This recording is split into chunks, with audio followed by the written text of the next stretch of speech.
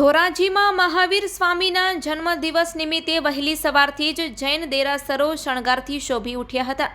મહાવીર સ્વામીના જન્મદિવસ નિમિત્તે તપગચ્છ જૈન સંઘ દ્વારા સવારે મહાવીર સ્વામીની પાલખી યાત્રા કાઢવામાં આવી હતી। મહાવીર સ્વામીની આ પાલખી યાત્રા વાજતે ગાજતે ભવ્ય રીતે ધોરાજીમાં ફરી હતી, જેમાં મોટી સંખ્યામાં ધોરાજી જૈન સમાજના લોકો જોડાયા હતા।